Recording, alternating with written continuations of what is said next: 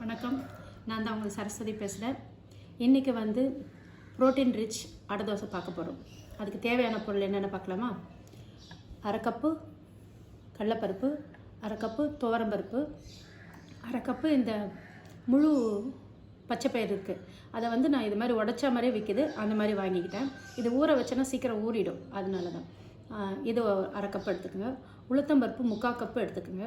தேவையான அளவு உப்பு, ஜீரகம் வந்து 1 ஸ்பூன் எடுத்துக்கோங்க, 1 டேபிள் ஸ்பூன் எடுத்துங்க. வெந்தயம் அரை டேபிள் ஸ்பூன், காஞ்ச மிளகாய் 5, உங்களுக்கு தேவைப்பட்டால் 7 மிளகாய் கூட சேர்த்துக்கலாம்.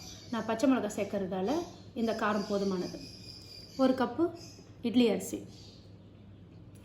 இதெல்லாம் ஒன்றா ஊற வச்சு இதெல்லாம் கழுவிட்டு இந்த சீரகமும் வெந்தயமும் இது கூட சேர்த்து காஞ்ச மிளகாவும் சேர்த்து ஒன்றா ஊற வச்சுருந்துங்க. ஒரு 1.5லேருந்து 2 மணி நேரம் ஊறினா போதுமானது. ஊறின பிறகு இந்த பதத்துக்கு அரைச்சி எடுத்துக்கணும். பெருங்காயம் கொஞ்சம் போட்டுக்கணும். அரைக்கும் போது பெருங்காயம் போட்டு கொஞ்சம் அரைச்சிக்கங்க. இந்த பதத்துக்கு அரைச்சி எடுத்துக்கணும்.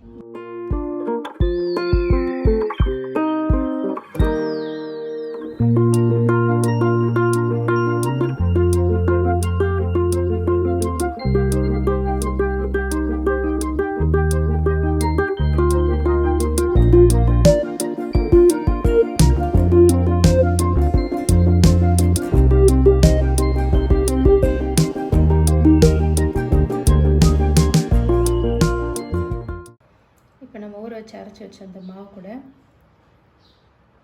சின்ன வெங்காயம் பொடி பொடியாக கட் பண்ணி வச்சுருக்கேன், அதையும் போட்டுக்கலாம். 3/4 கப்பு.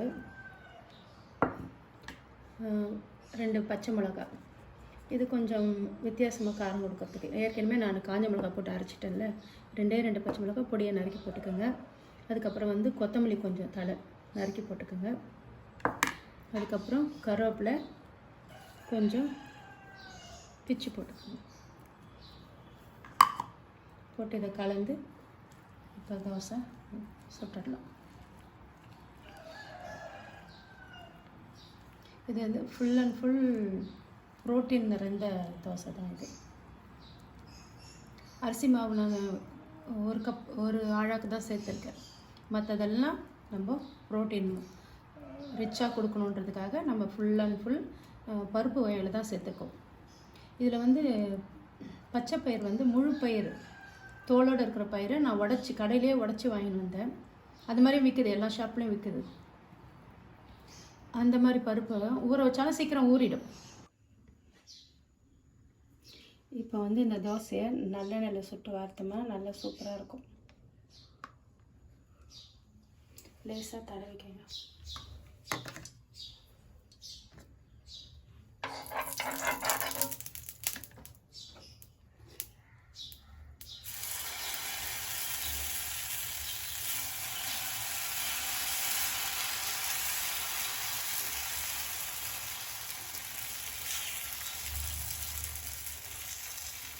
இது உங்களுக்கு நல்லா மெலிசாக வேணும்னா இன்னும் கொஞ்சம் தண்ணி கலந்து நல்லா மெலிசாக ஊற்றி சுடலாம். இப்போ இந்த நல்லெண்ணெய் இன்னும் கொஞ்சம் நல்லா தளர விட்டுருங்க. இது ஸ்லோவாக வச்சு வேக வைக்கணும்.